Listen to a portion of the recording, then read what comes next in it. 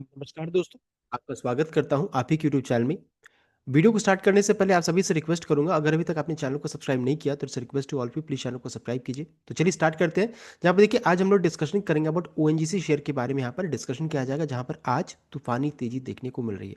ऐसा नहीं था कि हम लोगों ने डिस्कस नहीं किया था। अगर आप कल की वीडियो को चेक कीजिएगा तो हम लोगों ने ऑलरेडी डिस्कस किया था कि ओएनजीसी में ब्रेकिंग न्यूज़ है एंड यहाँ पर अच्छी खासी तेजी बन सकती है। हम लोगों ने इसको पहले भी डिस्कस किया था कि ऐसा हो सकता है, ऐसा यहाँ पर देखने को मिला है। तो तीन बड़े रीजंस हैं, उसको हम लोग मेजर चेक करेंगे।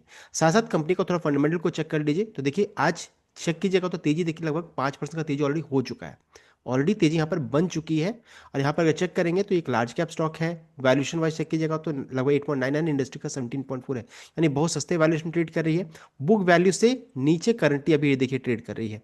प्रॉफिटेबल स्टॉक है, कोई भी शेयर प्लेज नहीं है। Dividend pay out 42.5, dividend 4.69 and देख सकते हैं अब अपने 52 हाई के पास पहुंच चुकी है। लो कितना तो 205 का देख सकते हैं।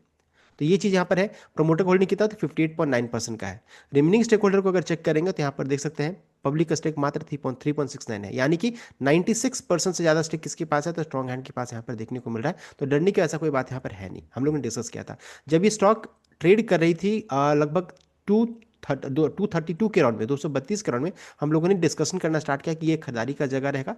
एंड जिन्होंने भी उस वीडियो को वॉच किया बहुत अच्छा खासा रिटर्न तो ऑलरेडी यहाँ पर आ चुका है।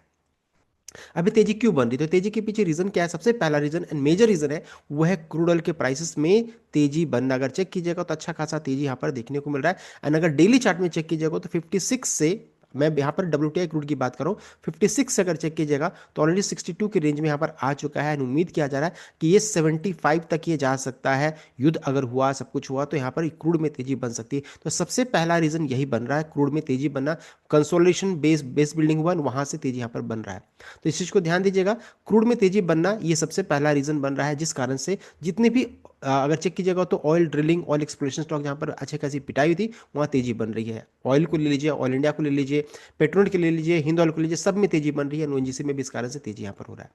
देखिए क्रूड में आज के दिन में क्या है, अभी तो मिला जुला सा संकेत है, 0.59% का तेजी है। लेकिन सिल्वर एंड यहाँ पर देख सकते हैं अच्छी खासी तेजी बन रही है। तो कमोडिटी मार्केट में तेजी होना ये बहुत बड़ा रीजन बन रहा है। कमोडिटी में भी क्रूड में तेजी बन सकती है, अभी स्टार्ट हो रहा है, ये एक बहुत बड़ा रीजन बन रहा है। साथ ही साथ देखिए एक अपडेट आ रहा है जो कि 27 जनवरी को ये अपडेट आया था। बताया गया था कि ऑयल एंड नेचुरल गैस, देखिए ओएनजीसी ने जॉइंट वेंचर किया है।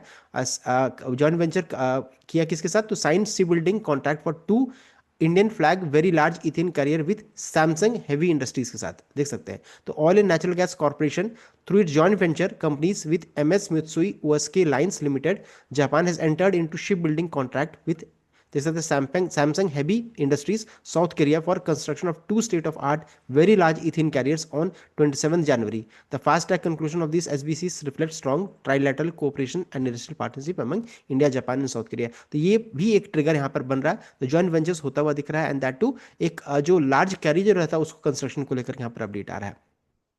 ये हो गया, आप इसको डिटेल में चेक कर सकते हो। दूसरा बहुत बड़ा रीजन हो गया ये। एंड तीसरा बहुत बड़ा रीजन है जो हम लोगों ने कल के वीडियो में डिस्कशन किया था कि इंडिया जो रहता है होल्ड कर रही है, यानी कि स्टार्ट करी है डिस्कशन विद यूएस के साथ डिस्कशन स्टार्ट हो रहा है कि आपने वेनेजुएला में तो कब्जा कर लिया है।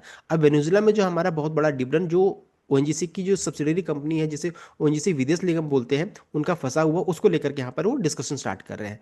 तो देख सकते हैं India holding discussion with US Venezuela over 600 million ONGC विदेश लिमिटेड स्टक डिविडेंड। इतना बड़ा डिविडेंड वहां पर फंसा हुआ है इंडिया का। अब सोचिए इतना बड़ा पैसा इनके पास आएगा तो फिर और यहाँ पर अच्छी खासी तेजी बन सकती है। ये एक बहुत बड़ा ट्रिगर बन रहा है।